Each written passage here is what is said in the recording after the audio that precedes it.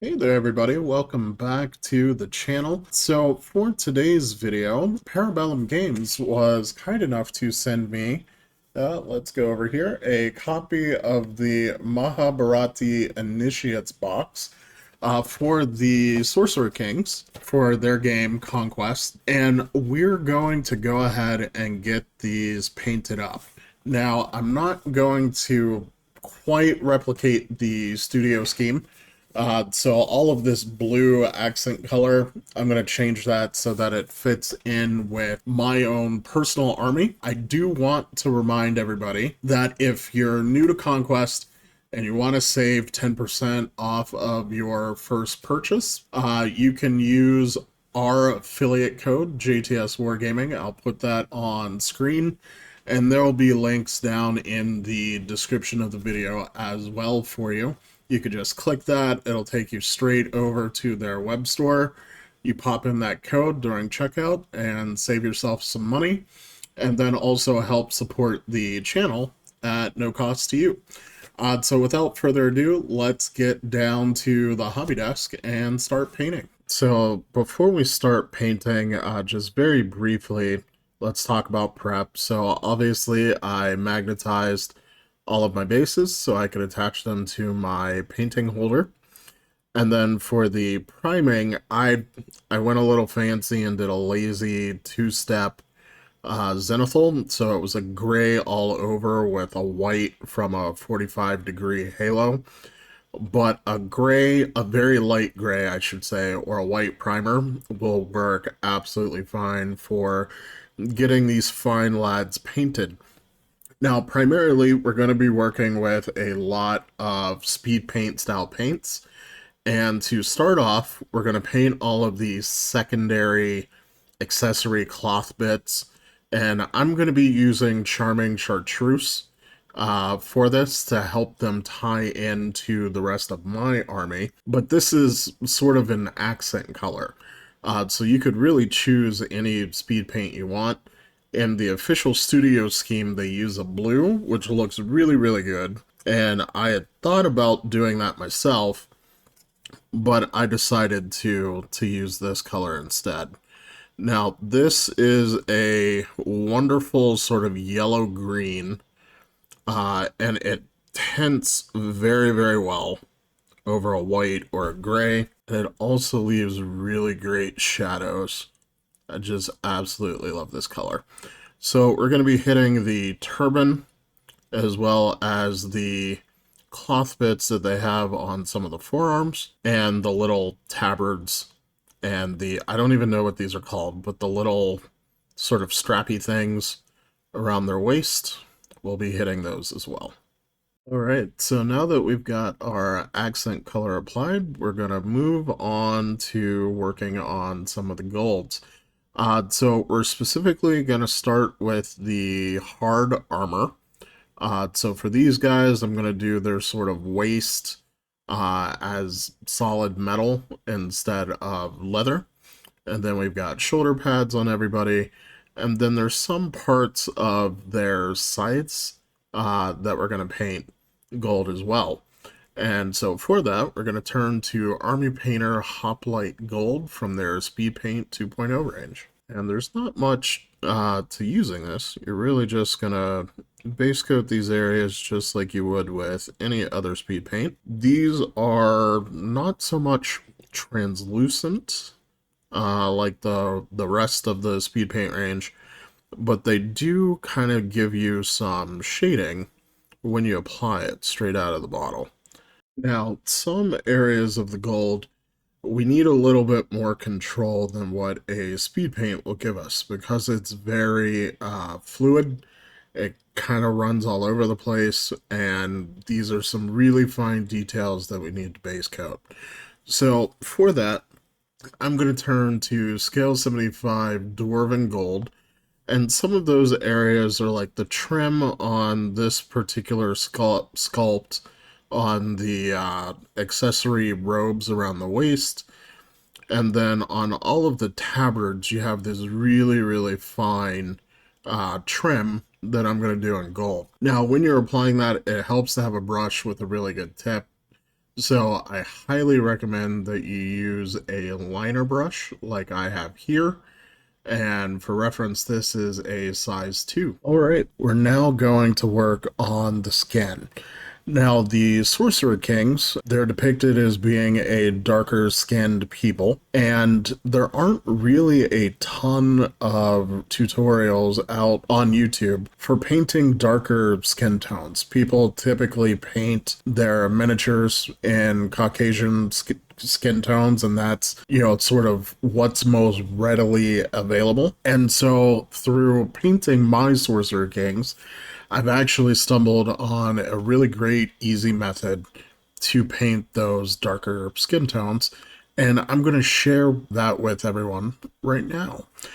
So to accomplish this, I use the AK Deep Shades, and now this works very similar to the other speed paint type paints that are out on the market. The biggest difference between this and like your army painter or your Citadel, this tends to be a little bit of a thicker medium, but it's not as heavily pigmented as some of those other brands. So typically what that means is that you're going to want to do 2 coats. And so we've got 4 colors out here. So this is the Pure Grime. We've also got Hazel Brown, we've got Reddish Filth, and we've got Human Skin. So I've split all of the unit into 4 different piles, and each pile got 1 coat of each of the 4 colors. So over here you can see 1 coat of the Pure Grime, and then 1 coat of the Hazel Brown, and 1 coat of Reddish Filth, and then a single coat of the Human Skin. Now, any of these, if you had base coated your skin in a standard acrylic paint, just applying this sort of like a wash would work really, really well. But what we're going to do to get that darker skin tone and have some variation throughout the unit, we're now going to do a second coat on all of the miniatures with the Pure Grime. So applying this, again, works just like any other speed paint. So you want to get a decent amount of it on your brush, and then don't let it pool in any one area. Just kind of keep moving it around while it's workable. And then we strategically didn't paint the silver yet, so we'll be able to cover up any messiness or mistakes.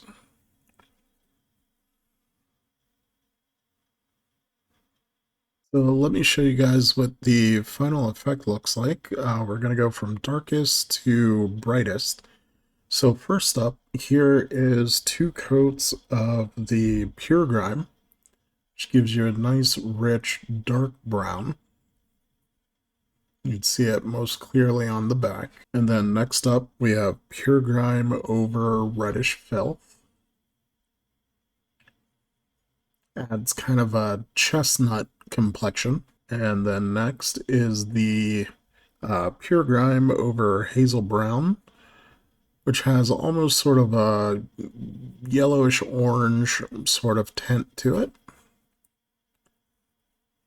Another really great option. And then lastly, we have the Pure Grime over Human Skin, which adds a little bit of pink undertones.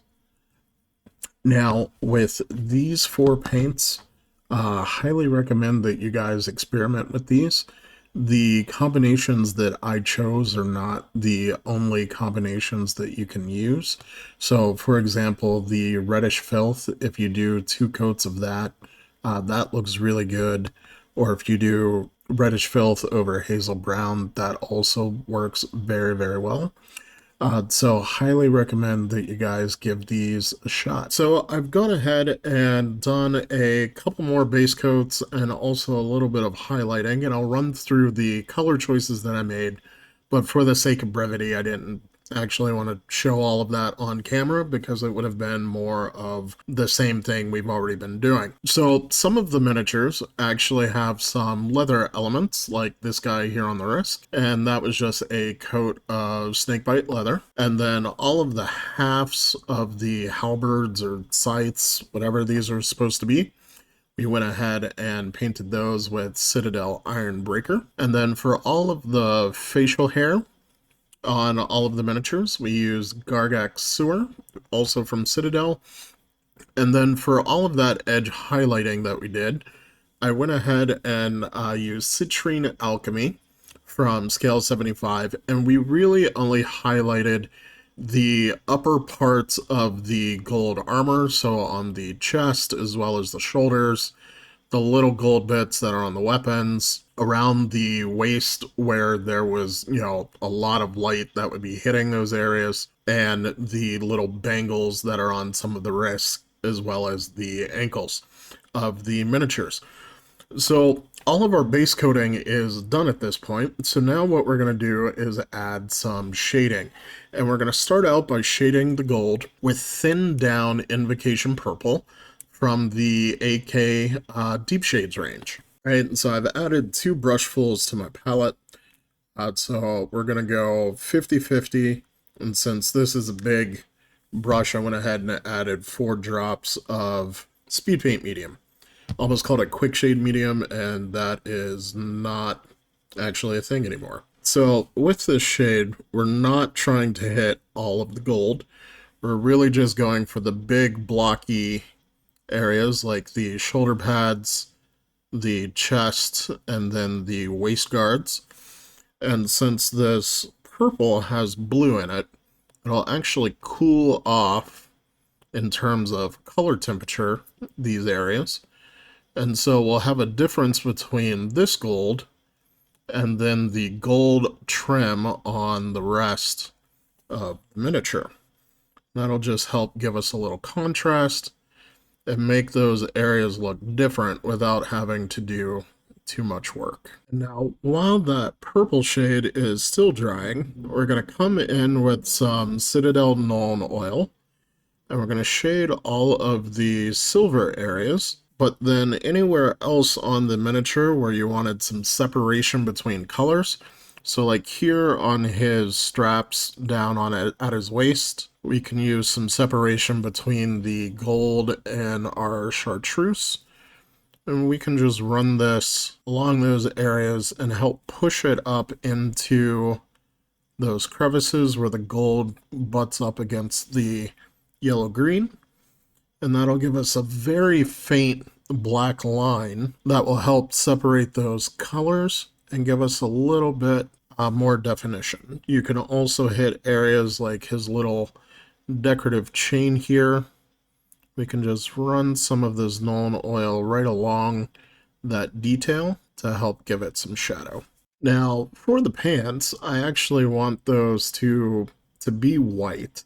And so for newer miniature painters who maybe aren't as familiar with painting your neutrals like white and black, you actually typically don't want to paint everything white or black. You want either black to be your darkest shadow or white to be your highest highlight.